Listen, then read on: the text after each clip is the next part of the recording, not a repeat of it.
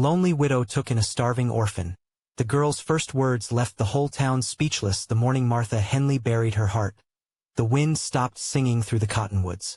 It had been 3 months since Samuel died. 3 months since the fever took him and left her standing alone in their kitchen, staring at 2 coffee cups when she only needed one. The silence in their cabin pressed against her chest like a weight she couldn't lift, and she had grown used to carrying it. She sat on the front porch now, watching the dust settle on the fence Samuel had built with his own hands. His hammer still hung on its nail by the door. His boots still held the shape of his feet.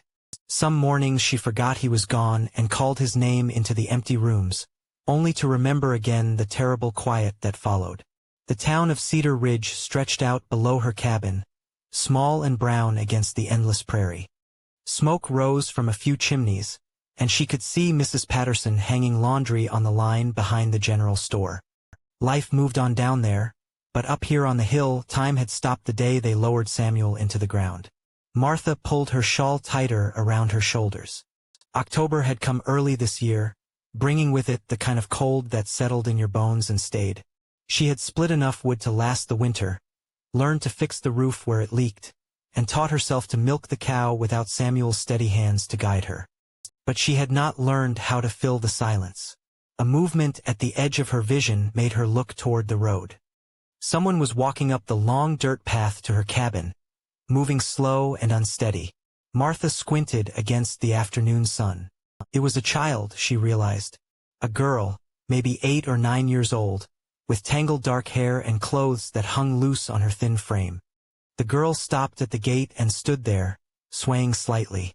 Her feet were bare and dirty, and Martha could see the sharp outline of her ribs through her torn dress. She looked like she hadn't eaten in days, maybe weeks. Her eyes were the color of winter sky, pale and empty, and they stared at Martha with the kind of hunger that went deeper than food. Martha's first thought was to go inside and close the door. She had nothing to give. Her own heart was too broken, her own well too dry. She couldn't save anyone when she was still drowning herself. But something about the child's stillness held her in place. The girl didn't beg or cry or even speak. She just stood there like she was waiting for something she didn't expect to receive. "What do you want?" Martha called out, her voice rougher than she intended. The girl didn't answer. She took one small step forward, then another until she reached the bottom of the porch steps. Up close, Martha could see the dirt caked on her face and the way her hands shook with exhaustion. The child's lips were cracked and pale, and there were dark circles under her eyes like bruises. Martha felt something twist in her chest, a pain different from the grief she carried for Samuel. This was the kind of hurt that came from seeing suffering you might be able to stop, if you were strong enough, if you were good enough. But she wasn't sure she was either of those things anymore. "Where are your people?" Martha asked. The girl's mouth opened, but no sound came out. She tried again, her throat working, but only silence followed. Martha realized then that the child couldn't speak or wouldn't. Maybe she had forgotten how, the way Martha had almost forgotten how to hope. The wind picked up, rattling the dry leaves on Samuel's apple tree. Martha watched the girl shiver and wrap her thin arms around herself. Winter would be here soon, and whatever had brought this child to her door, she wouldn't survive it alone. Martha knew about surviving winters alone, about the cold that crept into your bones and stayed there until spring. She stood up slowly, her joints stiff from sitting too long in the chill air. The smart thing would be to send the girl to the church in town, let Pastor Williams deal with orphans and charity. Martha had her own grief to tend, her own wounds to nurse. She didn't have room in her broken heart for someone else's pain. But as she looked down at the child's upturned face, she saw something that made her breath catch. The girl's eyes held the same emptiness Martha carried inside herself, the same hollow place where hope used to live. They were both ghosts, she realized, both of them haunting the spaces where their lives used to be. Martha walked to the edge of the porch and looked down at the girl. "You hungry?" The child nodded, just barely, as if she was afraid the answer might send Martha away. "Well," Martha said after a long moment, "I suppose I got soup on the stove." She turned and walked toward the door, not looking back to see if the girl would follow. Her hand rested on the door frame for a moment, and she thought about Samuel, about what he would say if he could see her now. He had always been the kind one, the one who brought home wounded birds and stray dogs. Martha had been the practical one, the one who counted pennies and mended clothes until they fell apart. But Samuel was gone, and she was still here, and there was a child on her porch who looked like she might blow away with the next strong wind. Martha pushed open the door and heard, after a moment, the soft sound of bare feet on wooden steps. The girl followed her into the cabin, moving like a shadow, like something not quite real. Martha ladled soup into a bowl, thick with vegetables from Samuel's garden, and set it on the table. The child ate in silence, her thin hands wrapped around the spoon like it might disappear. She didn't look up, didn't speak, just consumed the food with the desperate efficiency of someone who had learned not to waste anything. Not even time. Martha sat across from her, watching. The girl's hair fell across her face like a curtain, hiding whatever thoughts moved behind those winter sky eyes. When the bowl was empty, the child set down the spoon and looked up for the first time since entering the cabin. "You can sleep in the loft tonight," Martha said, surprised by her own words. "Tomorrow we'll figure out what comes next." The girl nodded and climbed the ladder to the small space under the roof where Samuel used to store his tools. Martha heard the soft sound of her settling into the old blankets stored up there, and then silence fell over the cabin again. But it was a different kind of silence now, not quite as heavy, not quite as empty. There was another heartbeat in the house, another soul breathing in the darkness. Martha wasn't sure if that made things better or worse, but as she banked the fire for the night, she found herself listening to the small sounds from above her head, and for the first time in months, the quiet didn't feel like it might swallow her whole. Outside, the wind began to sing again through the cottonwoods, soft and low, like a lullaby for the lost. 7 days passed before Martha learned that silence could have different colors. There was the gray silence of morning when she woke to find the girl already sitting at the kitchen table, waiting. The golden silence of afternoon when they worked side by side, the child helping with small tasks without being asked.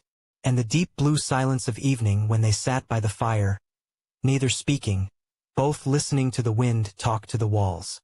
The girl moved through the cabin like water, quiet and careful.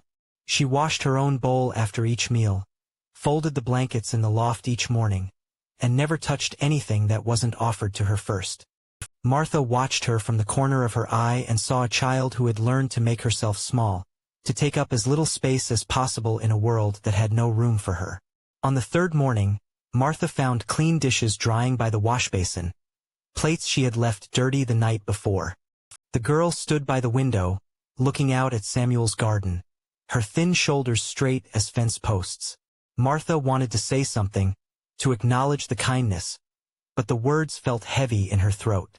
Instead, she made extra coffee and set 2 cups on the table. The child turned at the sound and saw the second cup. Her eyes widened just a little, surprise flickering across her face like sunlight on water. She sat down carefully and wrapped her small hands around the warm porcelain. They drank in silence, but it was a softer silence than before, less sharp around the edges. By the 4th day, Martha noticed the girl watching her hands as she kneaded bread. The child's fingers moved slightly, copying the motions in the air. When Martha stepped back from the table, the girl moved forward without being asked and began working the dough with careful, clumsy hands. Her movements were uncertain but eager, and Martha found herself standing close, guiding without touching, teaching without words. The bread came out lopsided and dense, but when Martha cut a slice and spread it with butter from their cow, Bessie, the girl's face lit up with something that might have been pride. Martha took a bite and nodded, and the child's smile was quick and bright before disappearing behind her usual careful mask. That night, Martha lay in her bed listening to the small sounds from the loft above. The girl moved restlessly in her sleep, sometimes making soft noises that sounded like words trying to escape. Martha wondered what dreams haunted those winter sky eyes, what memories lived in that thin body. She wondered too why she cared. She had told herself this was temporary, just until the child was strong enough to be someone else's responsibility. But each morning when Martha woke to find the girl already awake and waiting, she felt something shift inside her chest. Not warmth exactly, but maybe the absence of cold. The cabin felt different with another person breathing in it, less like a tomb and more like a place where life might still be possible. On the fifth morning, Martha was hanging laundry when she heard a sound that made her freeze. It was quiet, barely there, but unmistakable. Humming. She looked over at the girl, who was feeding scraps to the chickens behind the house. The child's mouth was closed, but the sound drifted from her throat like smoke from banked coals.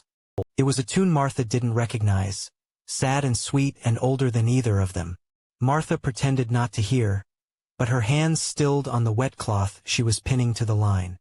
Samuel used to hum while he worked, filling the spaces between words with melody. She had forgotten how music could live in the quiet places, how it could make loneliness feel less sharp. The girl stopped humming when she noticed Martha listening, her face closing like a door, but the damage was done. Martha had heard proof that there was still something alive in that small, careful person. Something that remembered joy even if it couldn't quite reach it yet. By the sixth day, they had developed their own language of gestures and glances. The girl would point to the milk pail when it needed emptying. Martha would nod toward the woodpile when it ran low. They worked together without speaking, like dancers who had learned the same steps. The child was stronger now, her cheeks less hollow, her movements less fragile. Good food and warm shelter had begun to fill the empty spaces, at least the ones that could be filled with such simple things.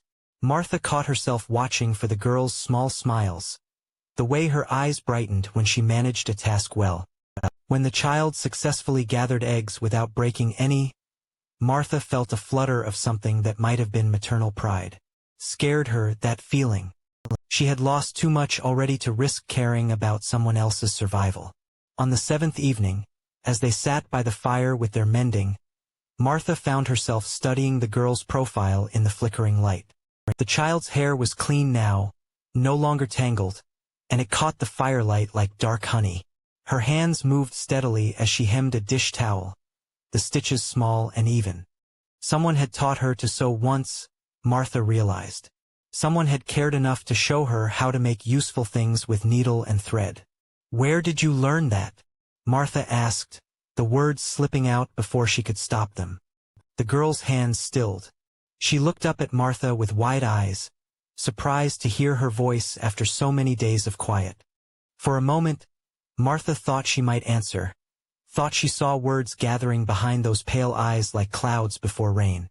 But then the child looked down at her sewing and shook her head, not in refusal but in something sadder, as if the answer was trapped somewhere she couldn't reach. Martha felt a familiar ache in her chest, the same helplessness she had known when Samuel lay dying, and there was nothing she could do but hold his hand and watch him slip away. Some kinds of hurt went too deep for healing, lived in places where kindness couldn't reach. But as she watched the girl's careful stitches, Martha realized that maybe healing wasn't always about erasing the hurt. Maybe sometimes it was about learning to carry it without letting it break you, about finding ways to be gentle with the wounded parts while still moving forward. The fire crackled and settled, sending sparks up the chimney toward the stars. Outside, the first snow of winter began to fall, soft and silent as secrets. Martha looked at the child bent over her mending, and felt the strange sensation of time moving again after months of standing still. Tomorrow she thought she would ask the girl her name. Not because she expected an answer, but because some questions were worth asking even when they might live forever in silence. Because maybe the asking itself was a kind of kindness, a way of saying that someone's story mattered, even if it could never be told. The girl looked up then, as if she had heard Martha's unspoken thoughts, and for just a moment their eyes met across the small space between them. In that glance, Martha saw recognition of something neither of them could name yet, something fragile and new growing in the careful distance they had kept between their wounded hearts. The morning Martha decided to ask the girl's name, the sky opened up and poured rain like it hadn't rained in months. It drummed against the roof and ran in rivers down the windows, turning the world outside gray and soft. Martha stood at the kitchen window, watching the water pool in Samuel's garden, and felt something loosen in her chest. The earth needed this rain, had been waiting for it through the long dry summer. The girl sat at the table behind her, slowly eating porridge with honey. Martha had learned that the child liked sweet things, the way her face would soften when she tasted jam or maple syrup. It was such a small thing, but it made Martha feel like she was learning something important about who this quiet person really was. "I've been thinking," Martha said, turning from the window. Her voice sounded strange after so many days of careful silence. "I ought to know what to call you." The girl looked up, spoon halfway to her mouth. Her eyes were wide and startled, like a deer hearing footsteps in the forest. Martha saw her throat work, as if she was trying to swallow words that had been stuck there too long. Martha sat down across from her, moving slowly so she wouldn't spook her. "You don't have to tell me if you're not ready. But I'd like to know your name, if you remember it." The child set down her spoon. Her hands trembled slightly as she placed them flat on the table. Martha waited, feeling the rain wash against the windows and the silence stretch between them like a held breath. She was about to tell the girl it was all right, that they could try again another day, when the child's lips parted. "Lucy," she whispered. The word was so soft Martha almost missed it under the sound of rain on the roof. But there it was, floating in the air between them like something precious and fragile. The girl's first word in all the days she had been there, given freely like a gift Martha hadn't known she was hoping for. "Lucy," Martha repeated, tasting the name. It was a good name, a strong name. It meant light. "That's a beautiful name." The girl Lucy nodded once, quick and shy. But Martha saw something change in her face, a small easing around her eyes. As if saying her own name had reminded her of who she was underneath all the silence and fear. "I'm Martha," she said, though she was sure the girl already knew. "Martha Henley." Lucy nodded again, and this time her mouth curved just slightly at the corners. Almost a smile. They finished breakfast in a different kind of quiet, one that felt warm instead of empty. Martha found herself glancing at Lucy, trying out the name in her mind. It fit her, this small person who had appeared at Martha's door like morning light after a long night. The rain kept falling, steady and patient. Martha was gathering the breakfast dishes when Lucy stood and walked to the window. She pressed her small hand against the glass and watched the water run down in zigzag patterns. When she turned back to Martha, her face held a question Martha couldn't quite read. "Would you like to go outside?" Martha asked. "Feel the rain." Lucy's eyes brightened, and she nodded with more enthusiasm than Martha had seen from her yet. They pulled on their shawls and stepped out onto the porch. The rain was warm for October, and it fell straight down without any wind to drive it sideways. Lucy held out her hands, palms up, and let the water pool in them. She tilted her face toward the sky, and Martha watched the rain wash the last of the dust from her dark hair. Standing there in the gentle storm, Lucy looked different. Less careful, less guarded. She looked like a child who remembered what it felt like to play. Martha felt something twist in her chest. Not painful this time, but something warmer. Something that might have been hope. "I used to dance in the rain," Lucy said suddenly. Her voice was stronger now, clearer. Martha felt her breath catch. 2 sentences in one morning, after weeks of silence.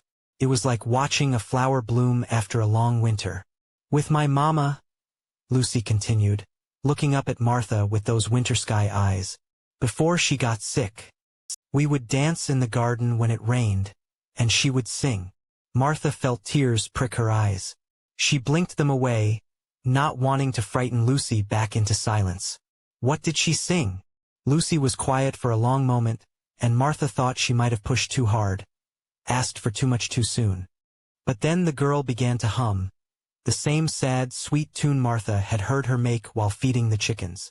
Only now there were words threading through the melody, soft and half-remembered. "When the rain comes down, down, down," Lucy sang, her voice barely louder than the falling water. "Wash my troubles away, away, away. When the rain comes down, down, down, everything will be okay." The song was simple, the kind of thing a mother might make up to comfort a scared child during a thunderstorm. But hearing it in Lucy's young voice, here on Martha's porch with the rain falling like blessing around them, it sounded like the most beautiful music Martha had ever heard. When the song ended, Lucy looked up at Martha with something like fear, as if she was afraid she had shared too much, revealed too much of the hurt she carried. Martha reached out slowly and touched the girl's shoulder, a brief, gentle pressure. "She sounds like she was a good mama," Martha said. Lucy nodded, tears mixing with rainwater on her cheeks. "She was. She tried to get better for me. But sometimes trying isn't enough." The words hit Martha like a physical blow.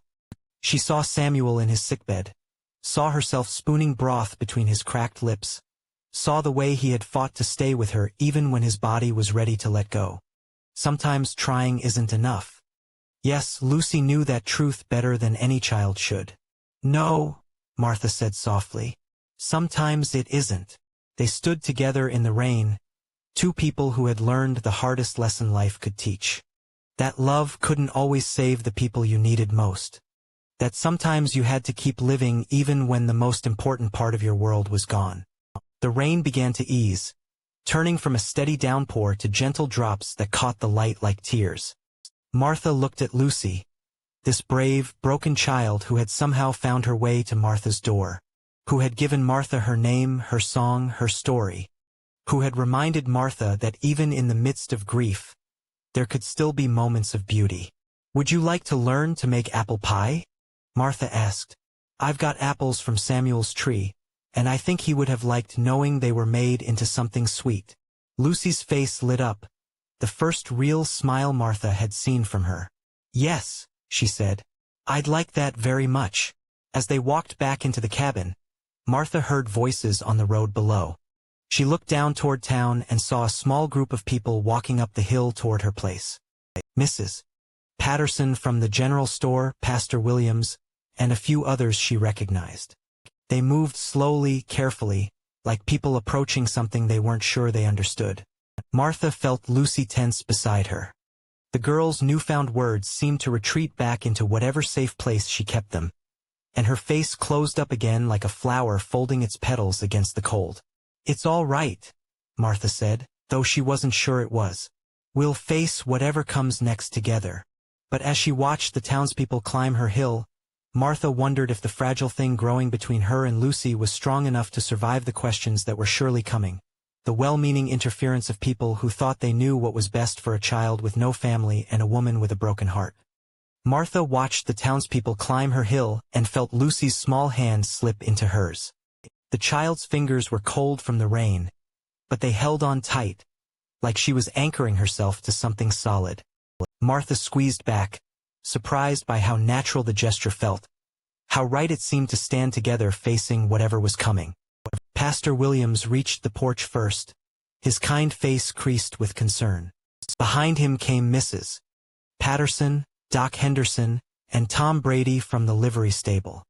They all wore the careful expressions of people who had come to help but weren't sure their help would be welcomed. "Martha," Pastor Williams said, removing his hat, "we heard you'd taken in a child. Thought we should come see if you needed anything." Martha felt Lucy press closer to her side.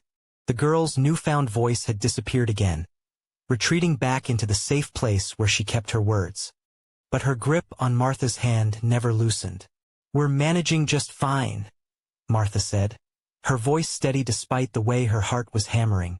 She knew what they were really here for. They wanted to see if she was fit to care for a child, if her grief had made her too broken to be trusted with someone else's life. Mrs. Patterson stepped forward, her eyes soft with the kind of pity Martha had grown to hate. "Now, Martha, we know you mean well, but raising a child is a big responsibility, especially for someone who's—" She paused, searching for words that wouldn't sting. "Someone who's been through what you have.